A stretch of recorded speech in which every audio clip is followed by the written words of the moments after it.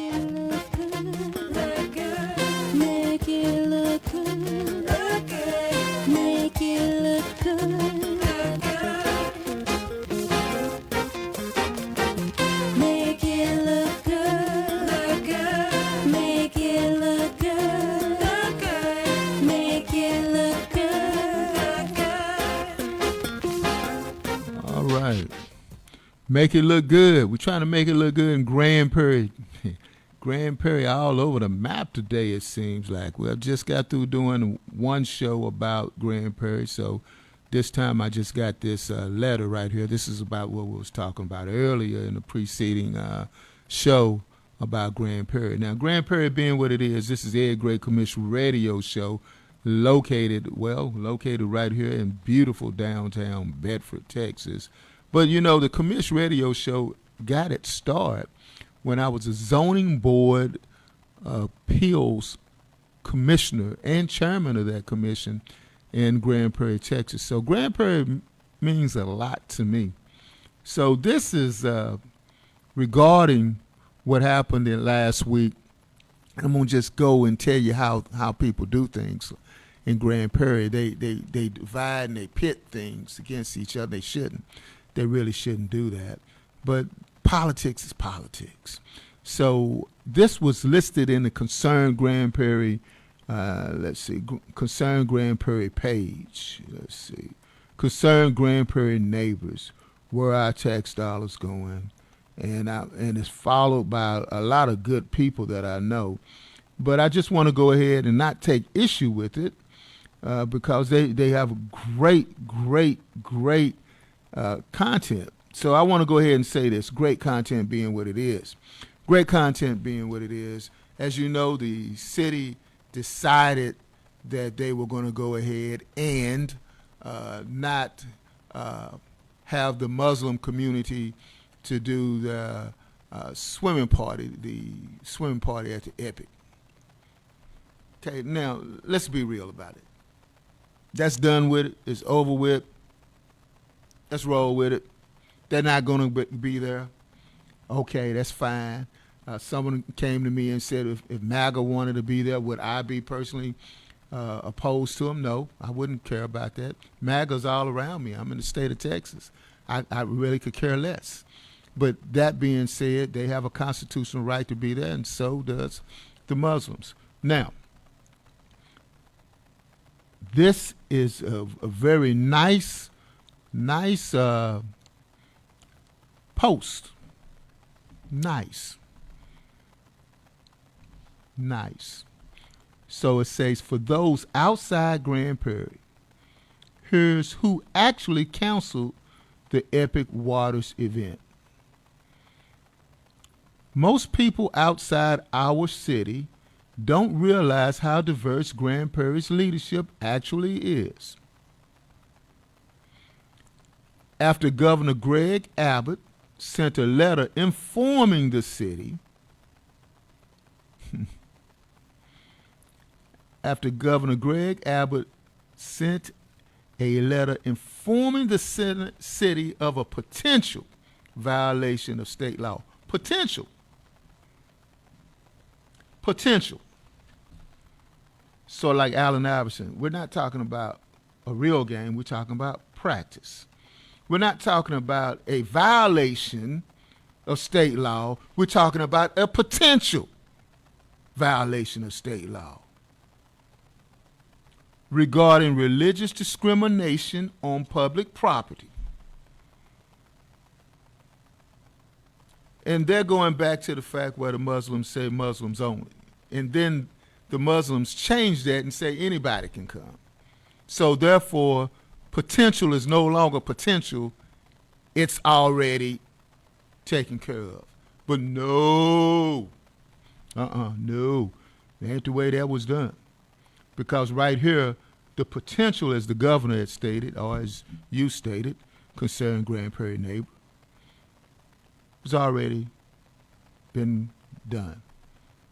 In referencing the signed grant agreement, okay, the final decision to cancel the event was made by city leadership specifically the mayor, the city attorney, and the city manager.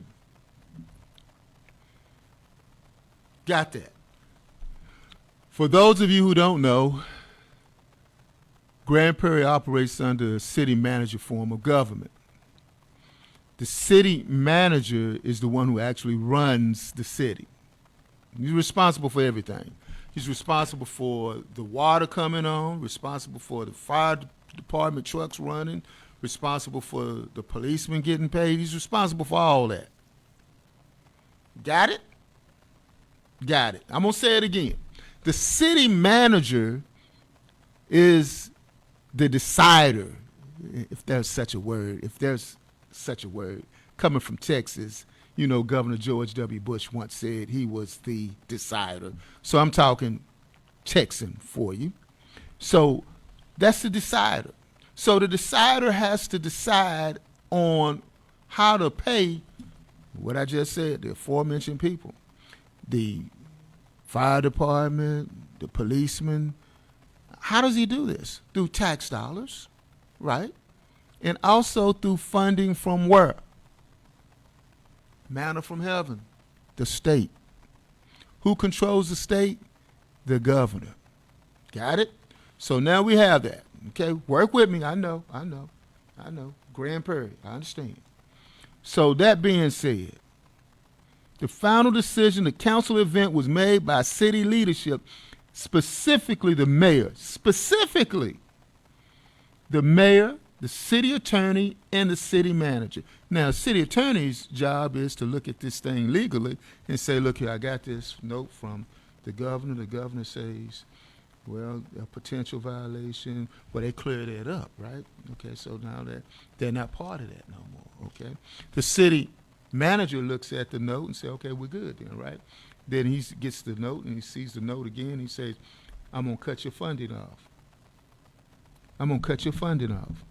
So therefore, I can't pay all these people I just mentioned. Now, this is how concerned Grand Prairie neighbors did this. They said, important context for outsiders. But I'm an insider, so therefore I know. Our city council has a majority of minority members. Only 3 white say it again, I'm getting upset. Only 3 white members, including the mayor. So now it seems like this person says, our city council has a majority of minority members. So don't blame us for canceling it. Blame the black people and the brown people for canceling it. Or more specifically, the black people. Because they now state in the next sentence, our city manager is black. Probably next week, this person who wrote that will say they don't see in color. Our city manager is black. Our city attorney is black.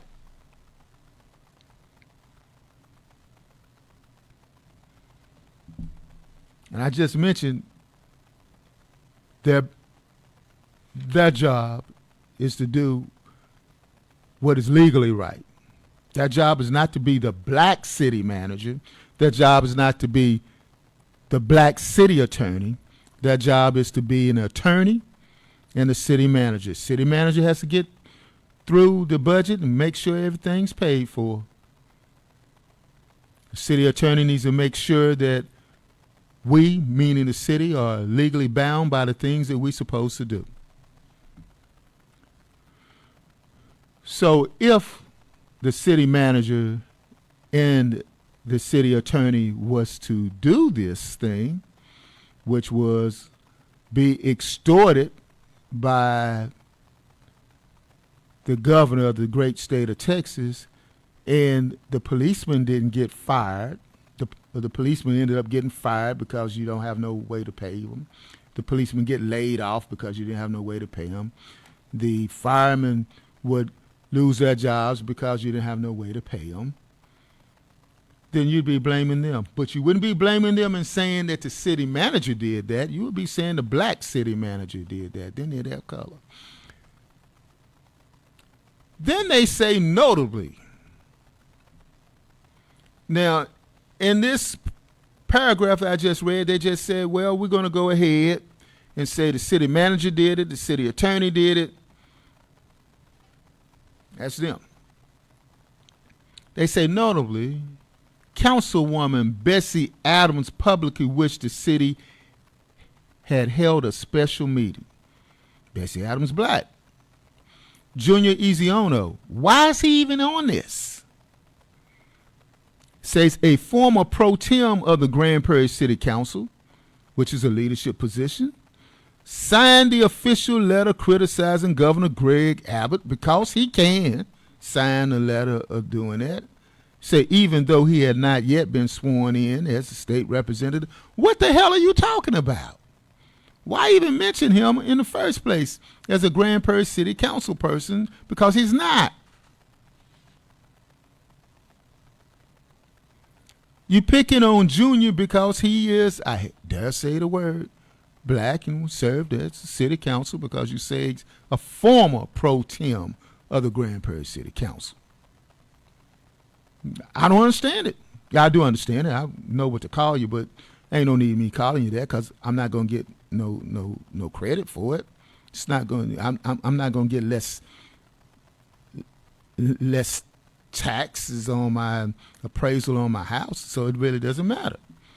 Despite these public comments from local, next paragraph, despite these public comments from local officials, the actual legal authority to respond to the governor and counsel the event with city leadership, not the full council. Correct.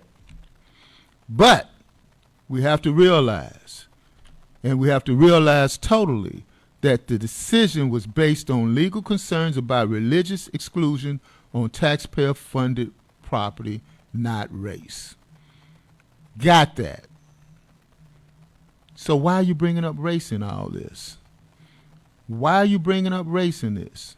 The narrative that this was simply Abbott persecuting minorities ignores the reality of who actually runs day-to-day operations. Abbott is not persecuting minorities. Abbott is persecuting the religion. Now let's get that. Let's throw back on that concerning Grand Prairie. The narrative that was simply Abbott persecuting minorities. No, he was not. But what you're doing is you're using minorities to prove a point that you didn't want the Muslims there in the first place. You're hiding behind a card. I guess you would probably call it the ace of spades, right?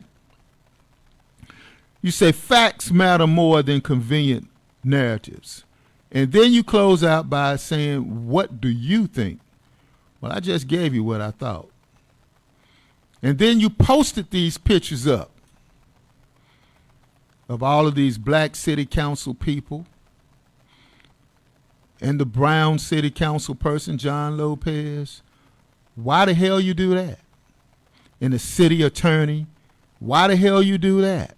And the city manager, why the hell you do that? Because you played the race card. You played the race card no more, no less than Greg Abbott played an anti-Muslim and an Islamophobic card that he played. And there you have it. That's the Grand Prairie that we live in. And the Grand Prairie that we live in is the Grand Prairie that people will take things like that and twist it, and then also take a vote or a decision that someone made that anybody would have made, whether or not they was black or white city manager, they would have made that same decision. But the consequences of making that decision would mean that fire department wouldn't get paid, police department wouldn't get paid, and that's wrong. And what's wrong about that is because the person that's higher up in charge, not the city manager, in Grand Prairie, not the city attorney in Grand Prairie, none of the city council people in Grand Prairie, but the governor can say to someone, if you don't do what I say, I'll withhold your allowance.